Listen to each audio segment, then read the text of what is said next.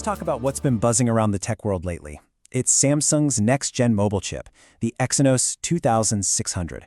Some leaked numbers have started popping up, and they are pointing to some seriously impressive performance. We might just be looking at a new champion.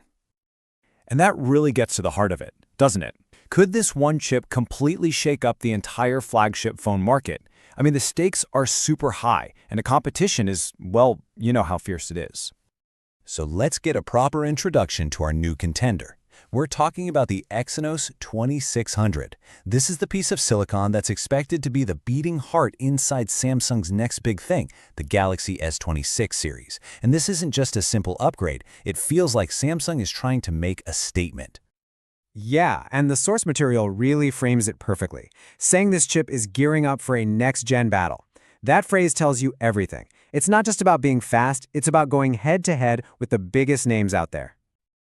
Okay, so to really get why this is such a huge deal, we have to break down these leaked scores. You know, the numbers are our first real sneak peek into the raw power that's packed inside this thing. First up, let's talk single-core performance. The easiest way to think about this is like the chip's sprinting speed. It's all about how fast one single core can get a task done. This is what makes your phone feel snappy and responsive when you're just, opening an app or scrolling through social media. And then you've got multi-core performance. If single core is the sprint, this is the marathon. It's the combined power of all the cores working together. This is what you absolutely need for the heavy lifting stuff. We're talking high-end gaming, editing 4K video, you name it. So let's get to the numbers. The leaked single-core score for the Exynos 2600 is reportedly a whopping 4,217, and let me tell you, that is a massive number. It instantly puts this chip in some very elite company. And what about multi-core? Well, that comes in at an equally impressive 13,482. So right off the bat, we can see this chip is designed to be a beast at both everyday quickness and sustain heavy-duty power. But hey, a number is just a number until you put it up against something, right? So let's get to round one, the big showdown with its main rival in the Android universe, Qualcomm's Snapdragon. So in this corner, we've got the Samsung Exynos 2600. And in the other corner, the upcoming Snapdragon 8 Elite Gen 5. This, right here, is the main event for who gets to wear the crown in the Android world. Okay, now check this out. When we look at single-core performance, the Exynos at over 4,200 seems to take a pretty significant lead over the Snapdragon's estimated 3,800. That's not just a small difference. That's a gap you'd probably feel. And the story pretty much continues when we look at the multi-core matchup. The Exynos again looks to pull ahead, hitting almost 13,500 compared to Snapdragon's estimated 12,100. So, round one, it looks like the Exynos is poised to be the new king of the Android space.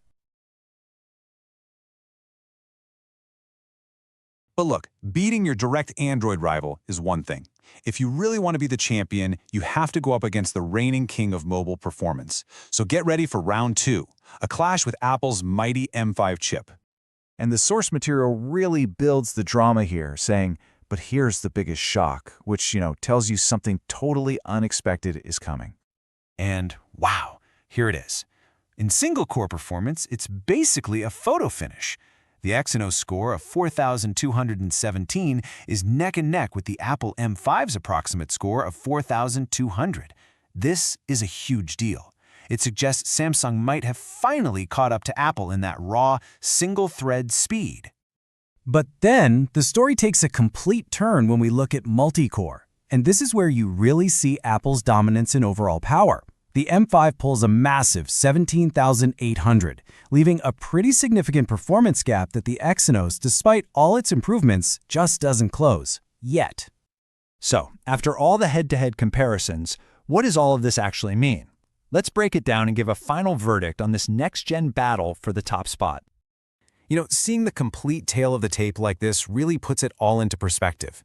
You can see it clear as day. The Exynos 2600 leading the Android pack, going toe-to-toe with Apple in one area, but still chasing it in another.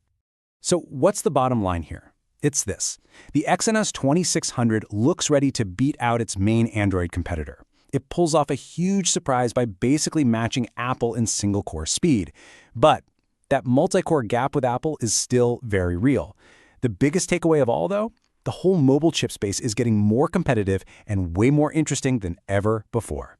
And all these numbers, all these rivalries, it all boils down to one final question for you. With Samsung closing gaps and this whole competition heating up, will this insane battle for performance actually change which phone you decide to buy next? That's definitely something to think about.